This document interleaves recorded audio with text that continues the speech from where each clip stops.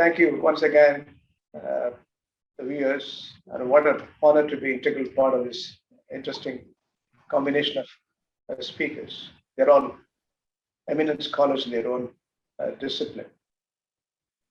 It's interesting and exciting to see we are living in a transformational world. Extraordinary set of changes and challenges we have faced in the last 1.5 years. The economic risk and the allied governance in mapping the fiscal and monetary side. The social risk, recognizing the hygiene, health factors, social distancing, ensuring safety and security for humanity is another factor. The environmental dimension again. Global warming and climate change has been a major stumbling block for the global growth itself. It's not economics anymore, it's economics in substance. That's what the world economists as well as politicians converging in substance. And precisely how the environmental risk is to be managed is also a telling story on account of the pandemic. And last but not the least, how do we ensure human risk? We have lost nearly 220 million people impacted, 4.55 million people. Really, there's no more. India itself, we have a significant impact. 17% we had vaccine administration. In global terms, vaccination is playing a big role. 34% has been administered. We have still challenges left out. It's not over. What sort of reorganization is required in our governance at a country's level, continent level, planet as a whole? How do we ensure sustainable development goals are measured, managed, and controlled, redefined in substance is an issue. From a financial service industry perspective, we have to restructure the debt. Every country across the globe has recognized debt servicing is a major stumbling block. Liquidity is a major concern. That's why globally trillions of dollars have been pumped. The monetary policy has been redefined. A fiscal framework has been realigned. Monetary and fiscal alignment has come in substance. And globally, there is enough reasons to believe post-COVID will be a different world. There are new business models getting evolved. Technology acceleration has been prolific, and there are enough reasons to believe that we can embrace technology with a positive perspective and make sure we can bring in value to humanity. In specific terms to financial service industry, we have to restructure the debts. We have to make sure remedial management is focused. Business continuity instead of business disaster. We have to necessarily set in measures to see the operational risk is minimized, business continuity is enhanced. Mapping all this risk and ensuring governance to making sure financial stability comes in. So we have taken enough measures to see globally unified approach in bringing global sustainable value creation. Not only for us today, for the future generation has to be focused in prospects. That's why a lot of lessons we have learned, a lot of measures we have ensured so far. We need to be cautious and conservative in recognizing the challenges still ahead of us. It's going to be a different game to play. It's a huge transformation in substance. To recognize this, we have to come to collaboration, global cooperations. Whatever be the spelled out sustainable development goals, we cannot eradicate extreme poverty just like that. Gender equality, or again, education for all, healthcare for all, or increasing sea level, animal extinction, carbon neutral society we have to create, perhaps even carbon negative if we have to instill in the minds of policy framework and execution to the highest level. We need to reorganize the world. We have to have global cooperation and coordination. G7 has become G8, G8 has become G20 today. Extraordinary set of convergence taking place and realignment is taking place between politics and economics. We're all witnessing all these changes. To elucidate further, we have lined up a set of discussion today, specifically focusing on Qatar and India. At the same time, we have experts. Foreign Secretary, former Foreign Secretary of India is here. Diplomat of par excellence is wherever he was, whether he was in Qatar or UK or France, and also when he was a Foreign Secretary, he has showcased what sort of measures which will show India's eminence to global governance. And that's we need to listen to him. Similarly, August 6th last year, His Excellency Indian Ambassador Dr. Deepak Mittal joined the 12th of August. He presented his credential. Ever since, he's been so active. We never felt he's handling the mission during this crisis. He was so people conscious, and he was there, whether it's community function or commerce function. He is there at our disposal. So humble, so simple, and enlightening the diplomacy to higher levels.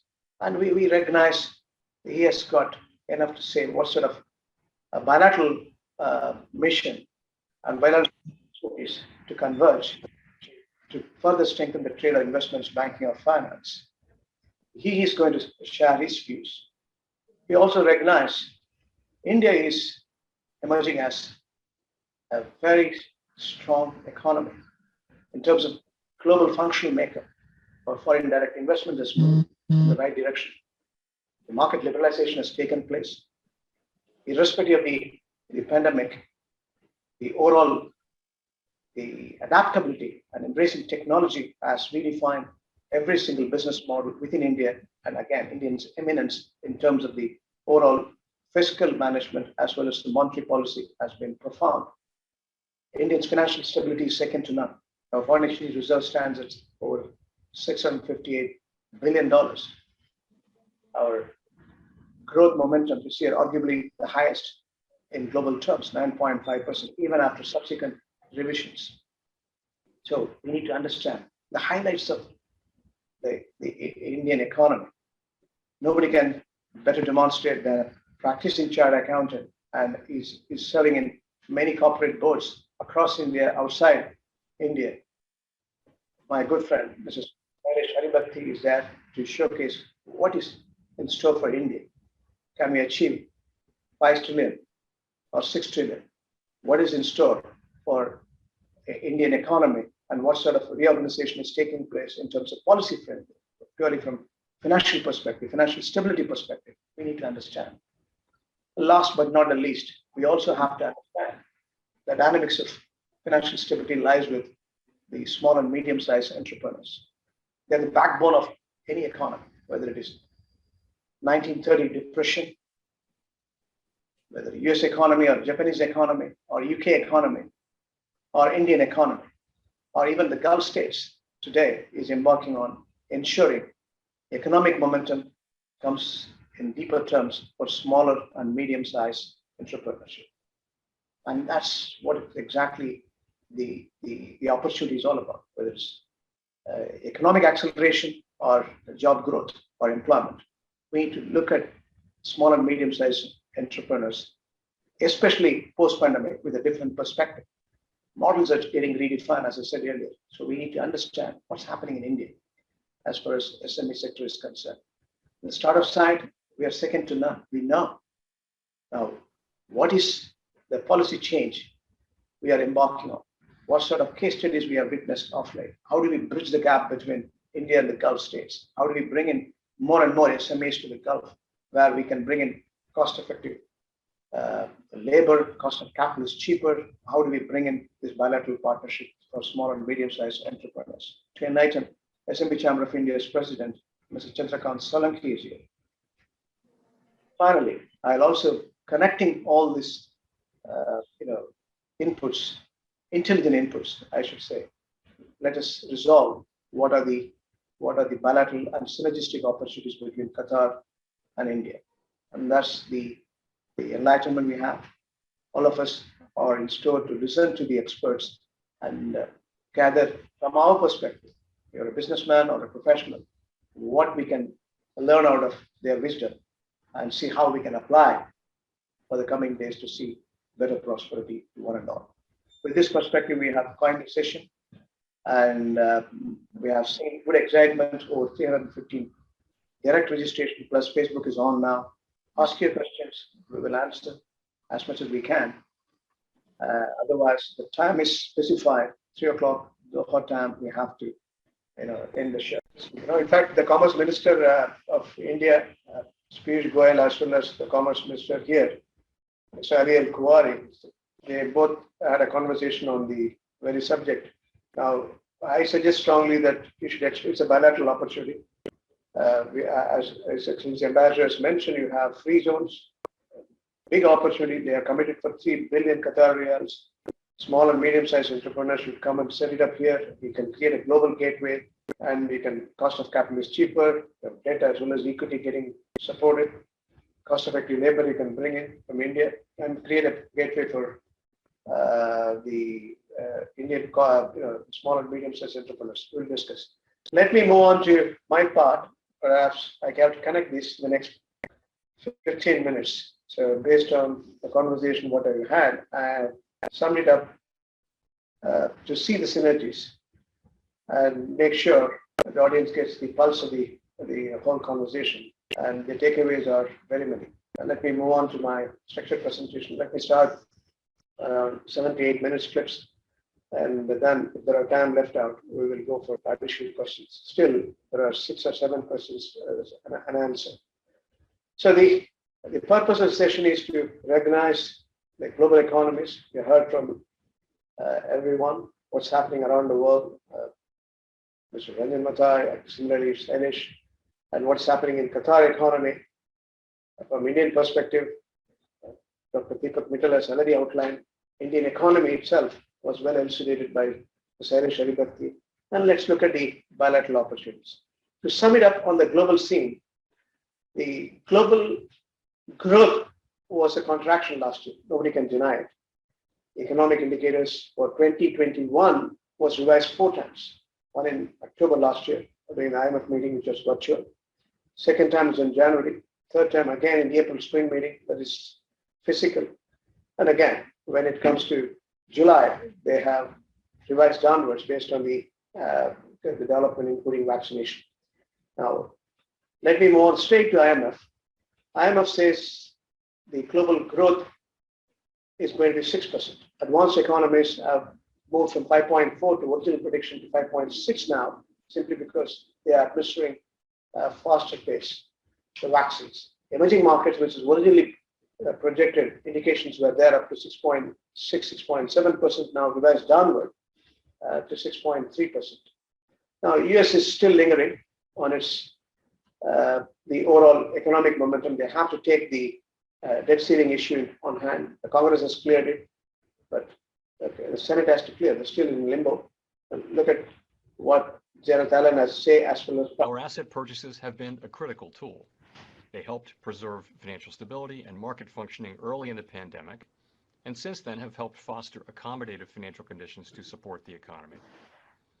At our meeting that concluded earlier today, the committee continued to discuss the progress made toward our goals since the committee adopted its asset purchase guidance last December. Since then, the economy has made progress toward these goals. If progress continues broadly as expected, the committee judges that a moderation in the pace of asset purchases may soon be warranted. We also discussed the appropriate pace of tapering asset purchases once economic conditions satisfy the criterion laid out in the committee's guidance. While no decisions were made, participants generally view that, so long as the recovery remains on track, a gradual tapering process that concludes around the middle of next year is likely to be appropriate. That's the point. The tapering will start. The monetary policy, which was eased at zero interest, and the bond buying program, now is going to be contained gradually. In between, they got into US debt ceiling.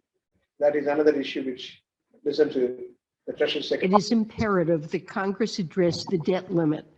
If not, our current estimate is that Treasury will likely exhaust its extraordinary measures by October 18th.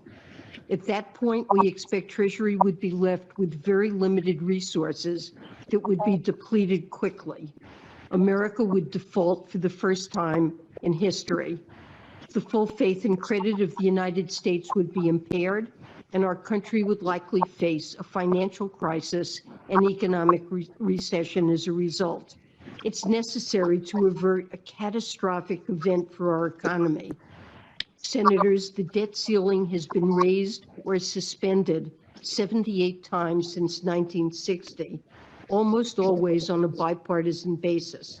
My hope is that we can work together to do so again and to build a stronger American economy for future generations. That's important. The global growth is contingent on many countries, predominantly United States, has to play its role. The trillions of dollars have been planned for the infrastructure creation. That has to happen. So essentially, that's the trigger. I hope bipartisan basis it comes through, then you can see the world at large takes its momentum as we envisage. That's the first point. Second, again, we need to understand Qatar economy is in the right direction. That's the economy we are in now. And COVID is well managed. We had around 237,000 cases, and it was, very, very well vaccinated. We have eligible population nearly 85% vaccinated. Total population around 77% vaccinated. Deaths is around in the range of around 605, 606. But what is more important is to recognize the Qatar economic momentum, as His Excellency Ambassador has mentioned. It's not confined to the 2022 FIFA World Cup alone. We have hydrocarbon growth as well as non-hydrocarbon growth. Both are synchronized in the medium and long term. So that's the beauty. Now, into economic terms, if I look at numbers, India is, at least this quarter was the current account surplus. Qatar will end up in current account surplus. The fiscal surplus is likely to be there because the oil price was, when we decided the budget, it was $40 last year by this time. Now, the average oil price is now around 65.6 the first half. Still, today, Brent is 81. If the output is not eased, it's still an issue within the OPEC definition, compliance architecture. The oil price even may touch $100 per barrel. So, Qatar economic momentum, purely from Qatar perspective, because even natural gas long-term contracts are all indexed to oil price. That's the issue. Qatar's budget, if you look at it in specific terms, revenue was 160, taking oil, as I said, $40. Expenditure is 195. There was deficit. It's going to be a surplus. Healthcare, education, and again, infrastructure are all well set. Climate change remains one of the most critical challenges of our time. It brings disastrous impacts on all aspects of life for the current and future generations. Thus, we must continue our joint efforts to counter those effects. We look forward to the upcoming United Nations COP26 to be held in Glasgow, in the United Kingdom, to be a turning point towards realizing the ambitions of the international community. In this regard, the state of Qatar has placed climate change at the forefront of its priorities, adopting the necessary measures to develop climate change-related technologies and clean energy. We will present all such measures at the conference next November. So Qatar's economic progression, social progression again, environmental side, there's a commitment, even though this per capita emission is maximum. But there is a definite mapping done. And that's what the global momentum is all about. COP26 is going to focus on it. India is also, I'm sure, will have their say. The United Nations, what the Prime Minister has mentioned, I'll outline in a minute. But the issue remains that's a very, very important, defining moment, I should say, in the current context. Banking system is stable. If you look at the lending growth first 8 to 9 months, we have done around 9% lending growth. Government sector's borrowing is around, most around 10%. Real estate, 5%. Consumption, retail side around 6%. Contracting sector is around 7%. and services around 9%. Trading is growing at a pace of 6%. Deposit mobilization is around 6%. So Qatar's economic momentum is not under stress. Now, Qatar's central bank has extended the incentives up to September. It was there up to last week. Last Thursday, on 30th September, they have extended the installment postponement as well as interest postponement, even up to December. And that's where it stands. They are available currency notes. That is also useful. And when it comes to hydrocarbon development, we are moving in the right direction. Now, we are going to move from 77 to 110 North Field East, and then 10 to 126 North Field South.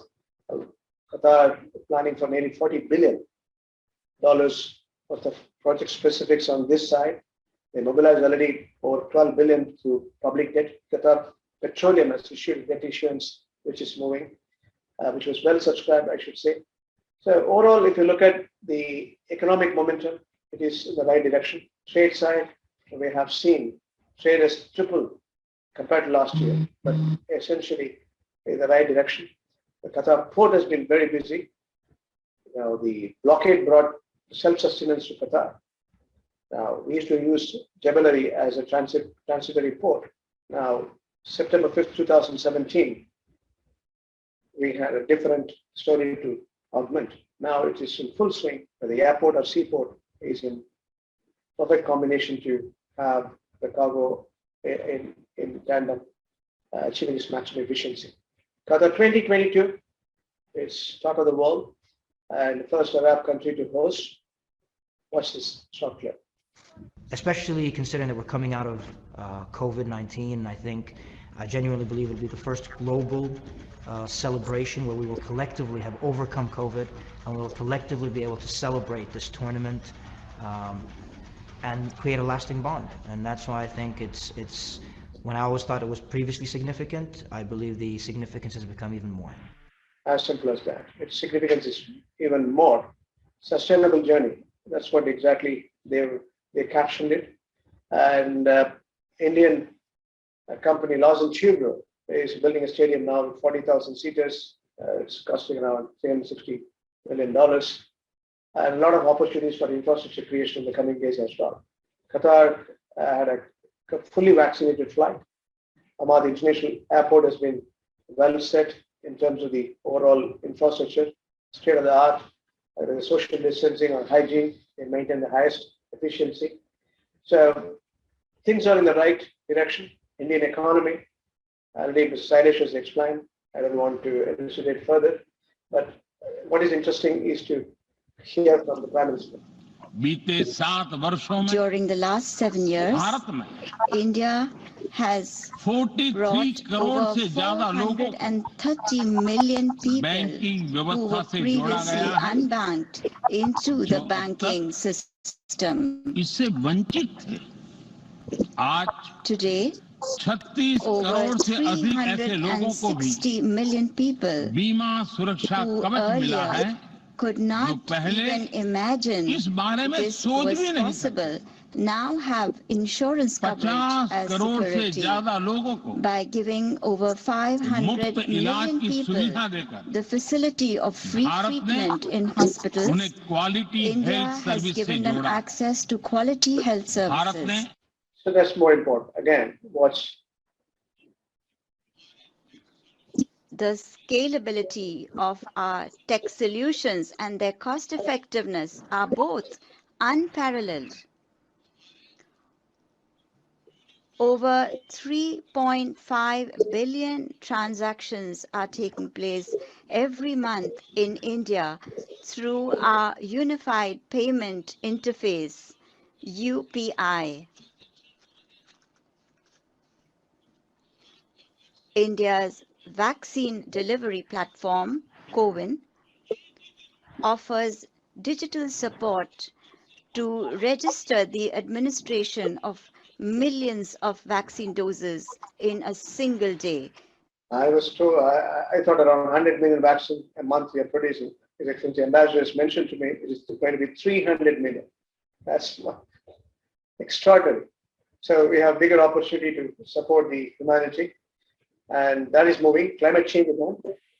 I'm sure that you all also feel proud of the efforts made by India with regard to climate change compared to those made by big and developed nations. Today, India is moving forward with great speed towards its target of 450 gigawatts of renewable energy. We have also started work on making India the world's largest green hydrogen hub. That's interesting. On the monetary policy, Mr. Sailesh has already outlined there may not be an interest rate hike. If at all, it will be gradual. And there are very strong economic fundamentals to support this. Food price inflation will be contained. That's the impression I got from his conversation. And again, fiscal side, we have reasons to believe that's well managed. And the focus is on the healthcare side. A huge amount of budget allocation has been done. And 137% year-on-year rise in the budget allocation towards healthcare. On the bilateral side, on the specifics, we'll come to the bilateral relationship during COVID-19. This is what I see it interesting. In the March, transport minister of both the countries and the representatives have met as a virtual summit. That's getting aligned. When it comes to the Deputy Prime Minister, he also participated on the Raisina conference. The naval ship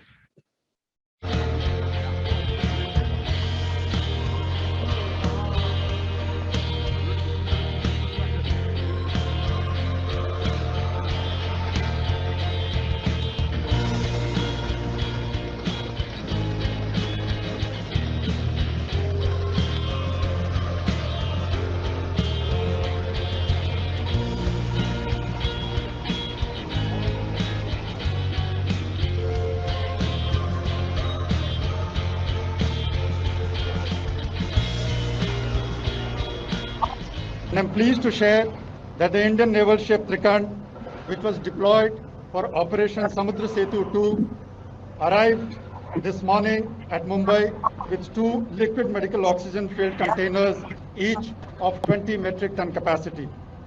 The ship, whilst mission deployed along with other Western Fleet units, was pressed into national tasking for shipment of liquid medical oxygen containers and associated medical equipment from various countries. The ship entered Hamad Port, Qatar on 5th of May 21 and embarked the maiden shipment of oxygen containers, which was facilitated by the French mission as part of Oxygen Solidarity Bridge to support India's fight against COVID-19 pandemic. That's a good gesture from Qatar. Well, we have a very close relationship with India, and we are always there for helping countries in the subcontinent. We have a very long-standing economic and political relationship with India, and it is our culture in Qatar Airways to always be there to our friends in time of their need. So tell me what you're doing exactly to help. We are sending 3 freighters tomorrow, nose to tail, 1 to Delhi, 1 to Bangalore, and 1 to Mumbai, with medical aid supplied by suppliers and donated by Qatar Airways. And this is not the only 3 aeroplanes that we are going to send. We are very open to the entire world to send aid to India, which will be carried free of charge by Qatar Airways. And the aircraft will leave the day after tomorrow. Right. What kind of aid is going to be in these shipments? Everything. There is medicines, there is oxygen cylinders, there is medical equipment, ventilators, and so on and so forth. Everything that is required desperately by the Indian people, we are transporting on our freighters to them. That's what it is. A true friendship. And we have reasons to believe Qatar and India focus on trade and investments to build resilient supply chain to deal with the food and health security. Joint working group, Ambassador has mentioned, between Qatar and India on the field of health. direct shipping lines are in multifold now increasing very well. Institutions in Qatar and India have increased to strengthen the overall bilateral partnership. And science or maths or agriculture or research or innovations, we can explore the possibilities, and we'll also bring in more of SMEs together. Now, on the FDI side, we need to scale it up. India has got bigger opportunities, and Ambassador has been taking initiatives. There is a Qatar Investment Authority is setting up an office in India. Their designated officer is sitting in Singapore, overseeing the Asia Pacific region, and we see as a bigger opportunity in the coming days. Now, Qatar has got a lot to offer to Indians to come in here as well. Qatar investment law has been redefined. Public-private partnership law has been, again, set to new economic momentum. Property laws, expatriates can invest freehold or leasehold, depending upon the benefits you seek, the healthcare and education, or otherwise. So you have an opportunity to be a resident here, permanent resident. Qatar as an investment destination, a lot of liberalization practice have happened. Listing is going to be between two exchanges a possibility. Qatar is opening up foreign ownership. Limit is 100%. Institution like Doha Bank, we have moved from 49 to 100%. So foreign owners can invest. And food security has been the major thrust. That's going in the right direction. Qatar FinTech and India can come together. So all the possibilities are there for us to see through. And as Excellency has mentioned on the Qatar Financial Center, that again redefined in terms of 100% ownership. We have reasons to believe that we will welcome from India's side as well as Qatar's side the partnership as a professional intermediary, as a financial sector, service provider, I should say. We will facilitate whether big corporate or small corporates from both sides to come and do business and enhance the overall value stream. We also have here, we have Qatar Business Startup, that incubators are being supporters as well. So Qatar Development Bank is there, Doha Bank is there, or even other commercial banks are there to support you on the debt side. Equity can come from Qatar Development Bank. So plenty of opportunities India should explore. This is a common request I make both for the Qatari side as well as Indian side to strengthen